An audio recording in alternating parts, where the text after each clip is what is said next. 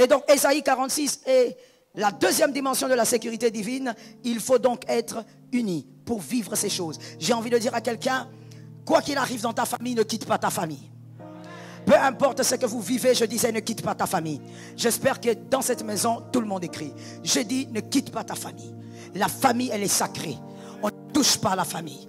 Qu'elle soit biologique, qu'elle soit spirituelle, on ne touche pas à la famille. C'est pour ça que lorsque Jésus a été vendu par Judas et il est venu être capturé comme un animal, Pierre était tellement choqué qu'il a coupé l'oreille. Pourquoi? Parce que la famille, elle est sacrée. Celui qui touche à ta famille a touché à toi. Je n'ai pas entendu des amens. J'ai l'impression que les concernés ne sont pas venus, mais je dis, on ne touche pas à sa famille. Depuis Genèse 3:1, le diable a milité pour séparer, pour diviser, on va mieux le dire, pour diviser les familles.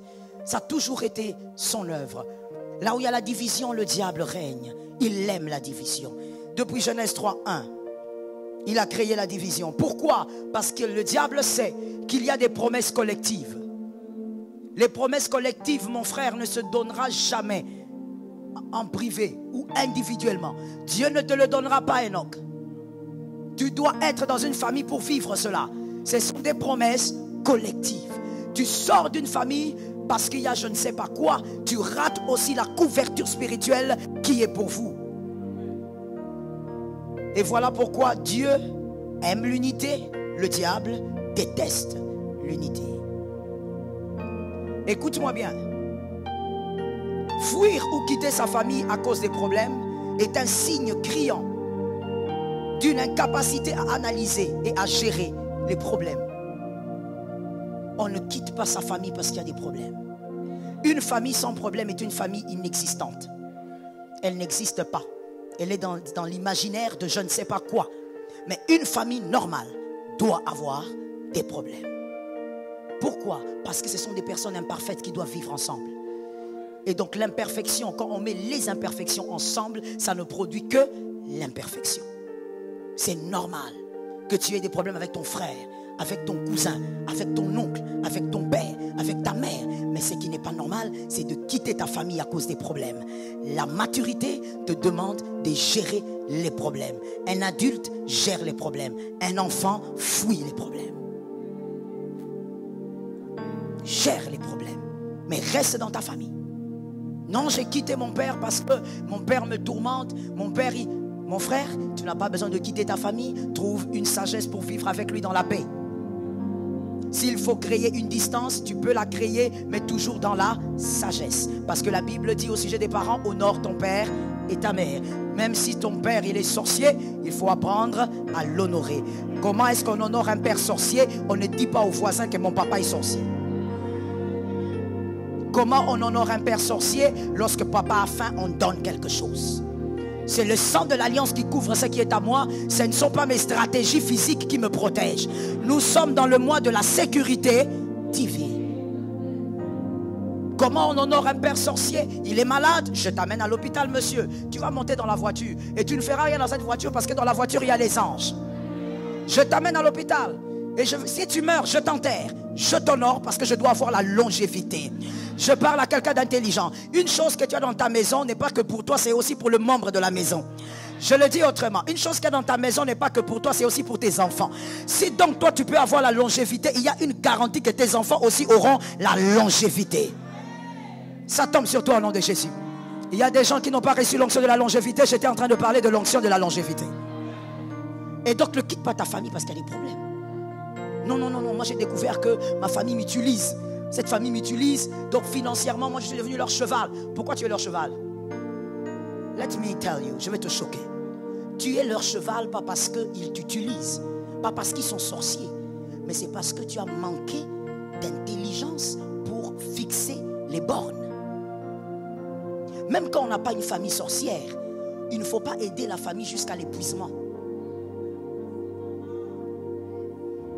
Lorsque vous aidez jusqu'à l'épuisement, puisque vous allez vous épuiser, et donc il n'y aura plus personne pour aider. Aider ne veut pas dire disparaître. Vous ne devez pas disparaître parce que vous aidez. Vous devez aider tout en continuant à exister. Et donc quelque part, sorcier ou pas, quand on aide, on met les bornes.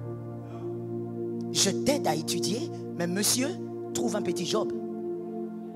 Le petit job, ça sera pour tes syllabus et pour ton transport. Je paye tes études universitaires, trouve un petit travail. Non, au Congo, il n'y a pas de travail. Qui t'a dit qu'il n'y a pas de travail? Comment les gens vivent? Est-ce que tu as besoin qu'on t'engage quelque part? Non, tourne derrière votre maison, commence à planter les légumes. Pourquoi vous me regardez comme ça? Donnez-moi des amens. Plante les légumes. Tu ne veux pas planter les légumes alors que dans ta poche, tu n'as pas 5 $ pour faire une action de grâce. Tu n'as pas 5 $. Si ta mère aujourd'hui a une petite fièvre, tu n'as pas 5 $ pour acheter la paracétamol. Tu dis que tu ne peux pas planter les légumes derrière. Et avec le vent qu'il y a à Kinshasa, bon, qui a déjà commencé depuis quelque temps, je pense même que ça se calme un tout petit peu. Avec les vents des jeunes prophètes, tous les jeunes sont des prophètes maintenant. Quand tu lui dis va faire des légumes derrière la maison, moi je suis prophète. Moi j'ai des promesses. Moi j'ai beaucoup de promesses. Alors il ne faut pas me demander de faire ça. Attends mon frère, tu verras.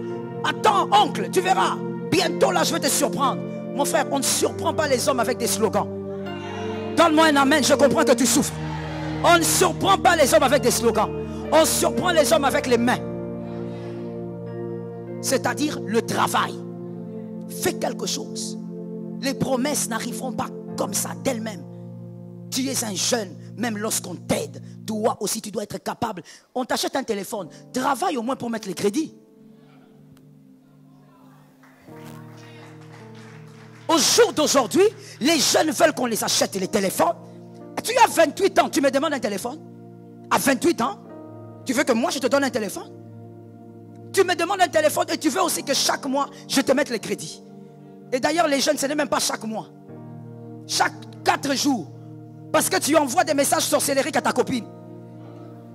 Donc moi, pasteur Joël, je t'achète un téléphone, je te mets des crédits, tu prends tes doigts et tu envoies des messages diaboliques à une copine que tu n'épouseras jamais. Et tu dis, il n'y a pas de travail au Congo. Écoute, let me shock you. Le Congo est fait pour les millionnaires. Je comprends que tu ne dises pas amen. Tu es trop loin. Je dis, le Congo est fait pour les millionnaires. Quand je dis les millionnaires, je parle des Congolais. La manière dont Dieu a créé notre pays, quoi. Et la manière dont Dieu nous a donné la nation, là. C'est nous devons être des millionnaires. Et maintenant, écoute, les millions ne se font pas au bureau. Si tu as, calme-toi. Si tu as un millionnaire qui s'est fait au bureau, donne-moi son nom avant la fin du culte. Les millionnaires ne se sont jamais créés au bureau. Il n'y a aucun bureau qui crée les millionnaires, même aux États-Unis. Pour être millionnaire, sors du bureau. Commence à réfléchir. Entreprends et travaille. Sème et récolte. Entre dans les rayons. Ah, je croyais que je m'adressais. Entre dans certains rayons. Rencontre des hommes. Crée des connexions. Et évolue. Va maison en maison. Dis, écoutez, j'ai des cartes à vous proposer. Je conçois des cartes. J'ai des calendriers à vous proposer. Le millionnaire est celui qui marche avec ses pieds sur les rues. C'est celui-là qui devient millionnaire. Ce n'est pas celui qui s'assied derrière un bureau.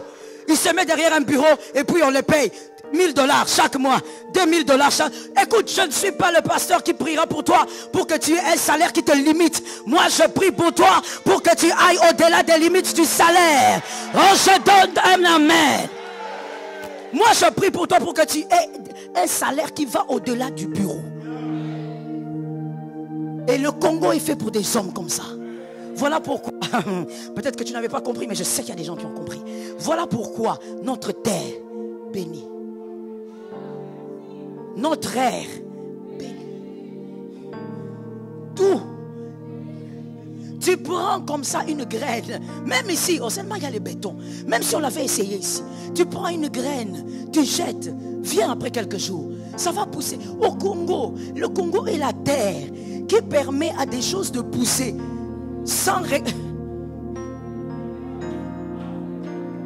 La chose, elle te pousse sans effort. Ça veut dire que quand la chose, elle pousse, la chose elle-même cherche qui avait jeté le grain. L'arbre commence à chercher la personne qui avait jeté le grain. Elle pousse seule. Tu viens comme ça, tu trouves des légumes. Les matins, les seuls comme ça. Sur la route. Mais c'est quoi? Est-ce que dans ce pays, on pouvait manquer à manger? Est-ce qu'on pouvait, my God, je parle aux hommes et aux femmes de cette assemblée. Change ta manière de concevoir ta nation. Est-ce que dans cette nation on pouvait pleurer pour dire arrangez-nous la route du Bas-Congo, la nourriture n'entre plus? Est-ce que Kinshasa a besoin du Bas-Congo pour manger? En vérité, si les choses se passent comme ça, c'est parce que nous sommes organisés pour que ça soit comme ça. Mais en réalité, chaque province est capable de se prendre. Tu n'as pas donné un amen. Attends. Il y a des infiltrés ou bien? Je vais seulement poser la question. On a dit ils sont partout. C'est vous qui dites ça, c'est pas moi. Alors je demande. Parce que les amens là sont un peu alourdis. Je dis chaque province est capable de s'assumer. C'est comme ça que Dieu nous a fait grâce. Voilà pourquoi nous sommes fiers d'être Congolais. Alors je dis à une personne, arrête ça. Tu vois un grand gaillard de 30 ans avec une barbe vieillie, fatiguée, dure, en train de dire à son père, papa, écoute, donne-moi l'argent, je vais aller acheter le syllabus. Tu n'as pas honte? Tu demandes cet argent à ce monsieur qui n'arrive même plus à marcher parce qu'il a tellement vieilli. Toi, un homme de 30 ans, fort comme toi, Jésus a commencé le ministère à quel âge? Tu ne vois pas que tu as dépassé même les bornes? Tu as dépassé les bornes. David est devenu roi à 30 ans. Ça veut dire que pour le Seigneur, il y a un certain âge où tu dois commencer à faire des prouesses. Je dis, sors de la paresse au nom de Jésus. Sors de la paresse au nom de Jésus. Je reviens pour dire, sa famille, on ne la quitte pas. Problème ou pas problème, on règle les problèmes. Et je te donne un conseil gratuit, que ce soit la famille spirituelle ou la famille biologique. Il y a certains problèmes qu'on règle par le silence. On ne parle pas toujours. On ne parle pas tout le temps. Et des fois, même quand on a raison, c'est par le silence que tu vas vaincre ça. C'est par les silences que tu vas t'organiser pour vivre en harmonie. Quelqu'un me dise en harmonie. En réalité, la famille, le plus grand bonheur d'une famille, c'est de vivre en harmonie. C'est tout. Malgré nos différences, même dans la famille biologique, vous êtes différents. La parole de Dieu présente Jacob et Ésaü, leur différence était même physique. L'autre était velu, l'autre ne l'était pas. Pourquoi Dieu fait ça? C'est pour te dire, même ton frère jumeau, il est différent. Pourquoi tu penses qu'être dans une église va faire à ce que tout le monde soit d'accord avec toi? Tout le monde... Non. C'est normal qu'il y ait des problèmes dans une église. Si une église n'a pas de problème, je vais me poser des questions s'il y a des humains qui sont là. Mais qu'est-ce qu'on fait quand on a des problèmes? On gère avec sagesse. Dis à ton frère, on gère mais on reste dans la famille. Parce qu'il ne faudrait pas que le diable t'arrache la couverture collective. Dans Genèse 3, 1 à 5, le serpent a voulu séparer l'homme de Dieu. Séparer la femme d'avec Dieu. Séparer aussi la femme de son mari. Le travail de Genèse 3, 1 à 5, c'était celui-là. Séparer tout le monde, séparer tout le monde. Créer la division, au fait. Créer une grande division. Mais Dieu, par sa grâce, a réglé ça. Il est le Dieu qui aime l'unité. Quand il commence une chose, il refuse que la chose soit détruite. Toi aussi, je dis, ne détruis pas la chose à cause des problèmes. Est-ce que quelqu'un m'a bien entendu?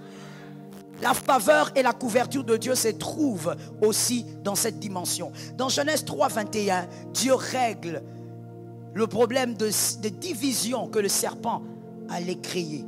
Genèse 3, 21, la Bible dit, Dieu les couvrit, tous les deux.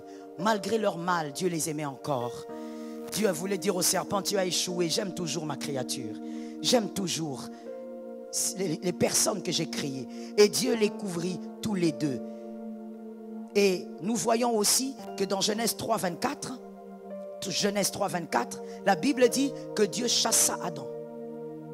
Dieu chassant Adam. Quand il chassa Adam, Adam est parti avec sa femme. Dieu n'a pas dit à Adam, Adam, tu pars, tu prends encore cette femme-là. Tu la prends. Tu as oublié que c'est elle qui t'a amené dans tout ça là. Adam, tu vas où avec la femme là? Non. Dieu les a dit, tous les deux sortez. Sortez à deux, restez à deux. Et j'ai aimé l'attitude d'Adam. Voilà pourquoi je t'ai dit, toi aussi ne perds pas ton héritage. Parce que Dieu peut vouloir t'aider à préserver les choses, à garder l'unité dans ta famille. Mais si toi tu n'es pas sage, tu vas perdre par ta faute ce que Dieu veut préserver. Adam, après avoir dit tout ce qu'il avait dit, c'était un très bon accusateur. Il a dit, c'est la femme que tu m'as donnée. D'accord. Mais même quand tu dis c'est la femme que tu m'as donnée, tu es toujours là avec elle. Adam était aventurier. Bon, si c'est la femme qu'on t'a donnée, c'est elle qui t'a amené un problème, sépare-toi au moins, éloigne-toi, va loin. Non, lui il dit, c'est la femme qui m'a donné, c'est la femme que tu m'as donnée, mais il est avec elle. C'est un côté étrange, mais c'est aussi la chose qui a sauvé aussi Adam. Quand tu sais qu'une chose est censée te bénir, même si elle a commis des erreurs, reste avec et gère avec sagesse. Est-ce que quelqu'un m'entend? Je te choque en te disant ceci. Toute personne qui est censée te faire du bien, même ta propre sœur, elle peut aussi te faire du mal. Quand je dis te faire du mal, je ne dis pas te détruire, mais je dis te faire quelque chose qui te blesse. C'est qui te bénit sur terre, c'est qui a le pouvoir de te bénir. Tant que ça sera sur terre, il y a une bonne dose d'imperfection. Et donc ce qui peut te bénir, ce qui te bénit peut aussi te blesser. Mais on ne lâche pas une bénédiction parce qu'elle vous a blessé. J'explique ça autrement. On ne va pas vider sa cuisine des couteaux parce que le couteau vous a blessé. On ne va pas entrer dans sa cuisine. Allez, sortez-moi tous les couteaux, jetez au feu. Nous allons tous te regarder, ok. 30 minutes, 40 minutes, tu vas chercher le couteau. Alors qu'est-ce que tu fais? Quand tu te blesses, tu comprends plutôt que c'est parce que toi tu as mal géré le couteau. Tu as mal tenu le couteau. Il est tranchant. Il peut blesser, mais tu en as besoin. Donc, qui doit être sage? On va mieux tenir le couteau, c'est tout. On est plus prudent. Que Jésus te donne la victoire. Vis la couverture spirituelle avec tes frères.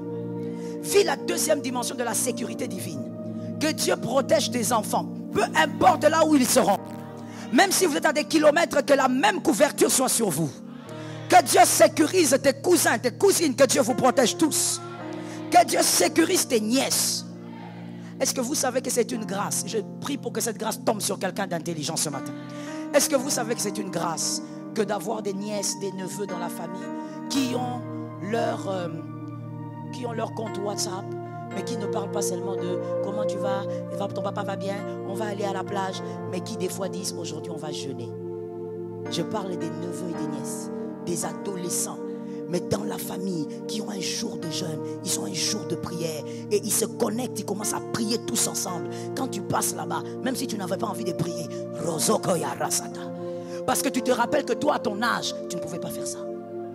Ah oui. Toi, à ton âge, en ce moment-là, monsieur Enoch, tu étais en train de regarder dans un mur, il y avait un trou, et on ne sait pas ce que tu regardais. Toi-même, tu sais ce que tu regardais. À l'âge de tes neveux, toi-même, tu sais ce que tu regardais. Donc, quand aujourd'hui tu vois une chose pareille se faire, au lieu que ta petite nièce de 17 ans, une très belle fille, soit en train d'aller d'homme en homme, parce qu'elle est attirée par tous ces garçons qui disent tu es belle, elle est en train de prier avec ses frères. My God, cette famille sera puissante demain. Que cette onction tombe sur tes frères. Que la même onction tombe sur tes neveux. Ça localise tes nièces. Est-ce que quelqu'un a donné un amen conséquent? Mon frère, nous vivons aujourd'hui avec Dieu pour que demain toute la famille vive avec Dieu. Aujourd'hui tu vas à l'église peut-être qu'avec ton petit frère, c'est pour que demain vos enfants aillent à l'église tous ensemble.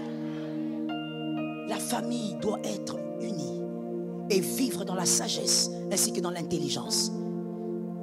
On ne quitte pas sa famille. Est-ce que quelqu'un m'entend? Il y a une connexion spirituelle qui vous attache. Il y a une connexion spirituelle qui vous couvre.